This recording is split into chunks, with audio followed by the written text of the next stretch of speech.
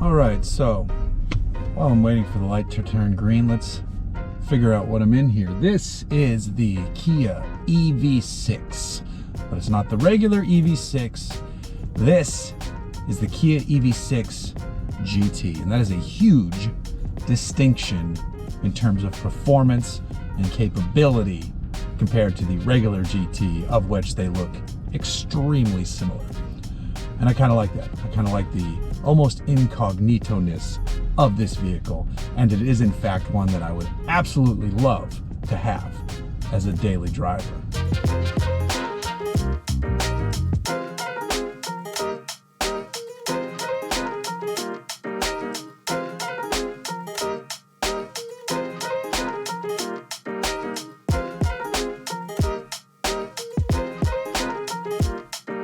So why would I want this as a daily driver? Well, you know, the regular EV6 is actually a wonderful daily driver, but here in the Kia EV6 GT, you have, oh my God, 576 horsepower. 576 horsepower, 5-something torque. It's prepared to propel you. I was looking for another P word, but I couldn't find one because I love alliteration. But it doesn't matter, because at every level, this Kia EV6 GT is just an absolute monster of a machine.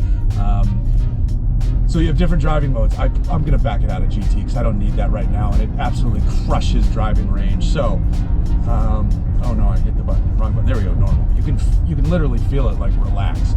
Throttle response instantly relaxes. So in eco mode, you have 288 horsepower, which honestly isn't bad. You have close to 300 horsepower. In normal and sport mode, you actually have, I think it's 460 horsepower, which is a lot of horsepower just as it is. The highest power, the most powerful version of the regular EV6 non-GT is 310 horsepower, which was great. I really enjoyed driving that thing. I was very impressed when I went on the first drive event for that vehicle. Now, you go from 288 to 460 to 576 is just such a launch, a change. It's like 3 different vehicles.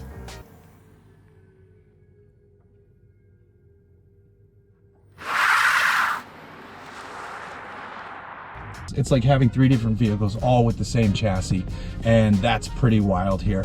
The suspension tuning is pretty aggressive. It's pretty stiff in the full mode. In normal, it's nice and comfortable. This does get different dampers than the regular EV6. But you know, on the outside visually, there's not much difference unless you really are looking. The brake calipers are green instead of just whatever color they normally are, but also those front rotors are 15-inch rotors. You have 15-inch rotors on an electric Kia, but they're green calipers. The rear spoiler is turned up a little bit, and then the front and rear fascia are slightly different. There's a little bit of an arrow thing you can see for the rear wheel. It's all real slight. I think the wheels are larger too. This gets 21s. But just, I love that visually, it's literally like there's a badge. Instead of saying GT line, this one says GT, but it's small, it's not shouty. Nothing about this is in your face until you actually dive into the specs of it. So in full GT mode, and because it's all-wheel drive and there's grip to be had, it'll run from 0 to 60 miles per hour in 3.2 seconds. This will go 3.2 seconds to 60. I think the quarter's like mid-11s. This is faster than a Porsche Cayenne. No, not Cayenne. This is faster than a Porsche Taycan 4S. This is faster than the BMW i4 M50 or whatever the hell that thing is named. I don't know if that's actually the right name. You know, those are in the 3s, but this is lower. This is 3.2. That's wild. There are Taycans that are quicker, obviously, if you spend even more money. But you know, you're talking $150,000 to $200,000 cars at that point for those quicker Taycans. Here, this car, as tested, is 62 grand. So for $62,000, you get a vehicle that has 576 horsepower, and it dispatches it effortlessly. Now, if you don't want to run in all-wheel drive mode, there is a drift mode. There is a way to put this into a drift mode, and it will overdrive that rear motor. This thing will get sideways if you want it to get sideways. I believe you put it into GT mode, it already relaxes stability control. If you pull both paddles and hold them for like 3 seconds, I might have had to do, there might be one more thing I'm forgetting. I think there's another, if I hold down traction control, now it's disabled. Now I hold the paddles. Will that do it? Okay, spoiler, I don't know how to get it into drift mode, but I will find out before the end of this video. Okay, how do we do drift mode?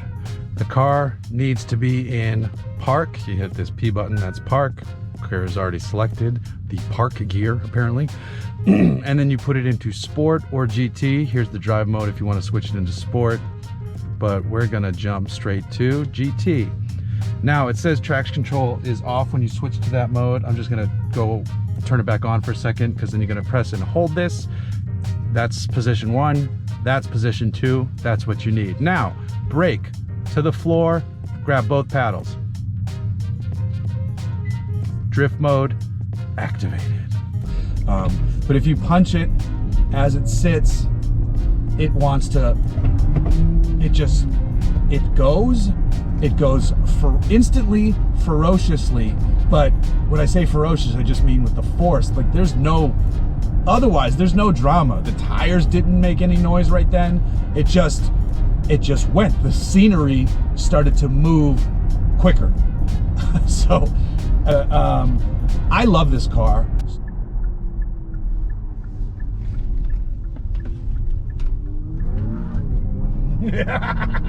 So much. It has a nice Meridian sound system. These seats are more bolstered compared to the regular EV6, but they're very comfortable. 6'3", 210, I fit no problem. There's decent leg room. There's good leg room in the back, actually. There's good room in the rear because it's a hatch.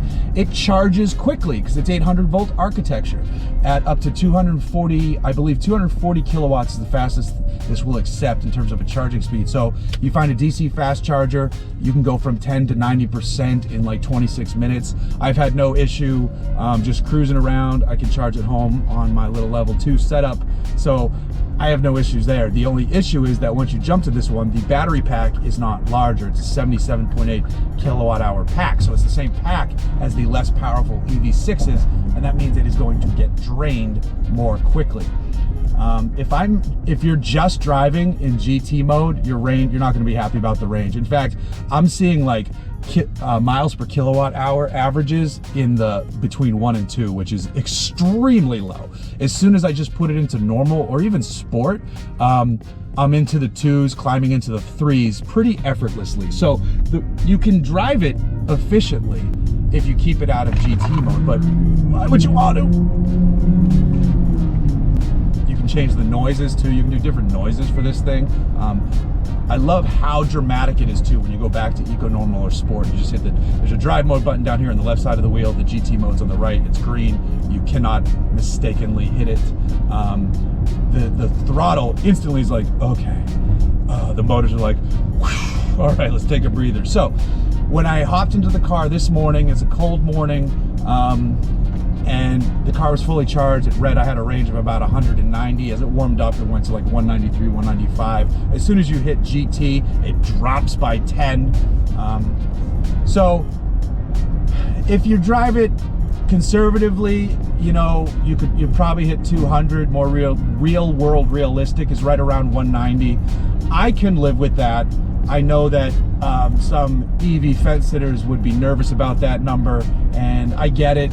It feels like psychologically the number is 300, and the regular EV6 can hit 300 miles of range, which is nice, and it's like the single motor rear wheel drive version, whereas the all wheel drive is under 3, it's like high 2s, which is still really good.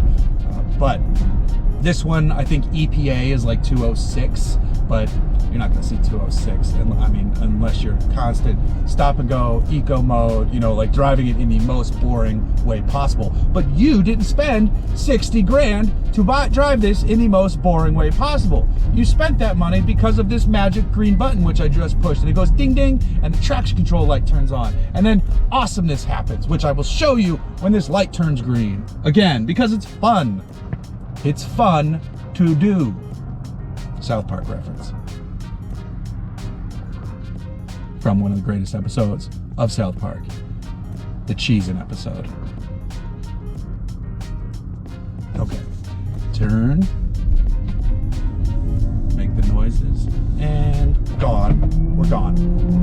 It almost, I mean, I can feel the nose lift up so much. It's so much dramatic power.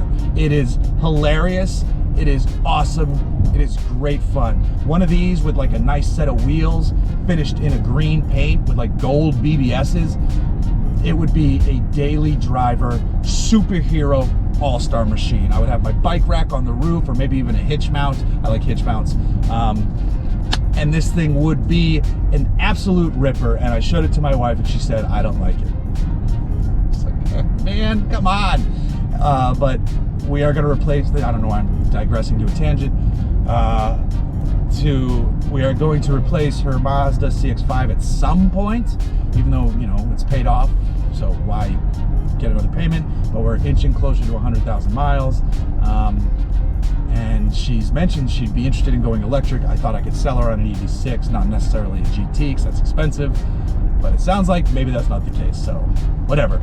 If I were in the market for a new daily driver, this wouldn't just be on my list, it would be damn near the top of it.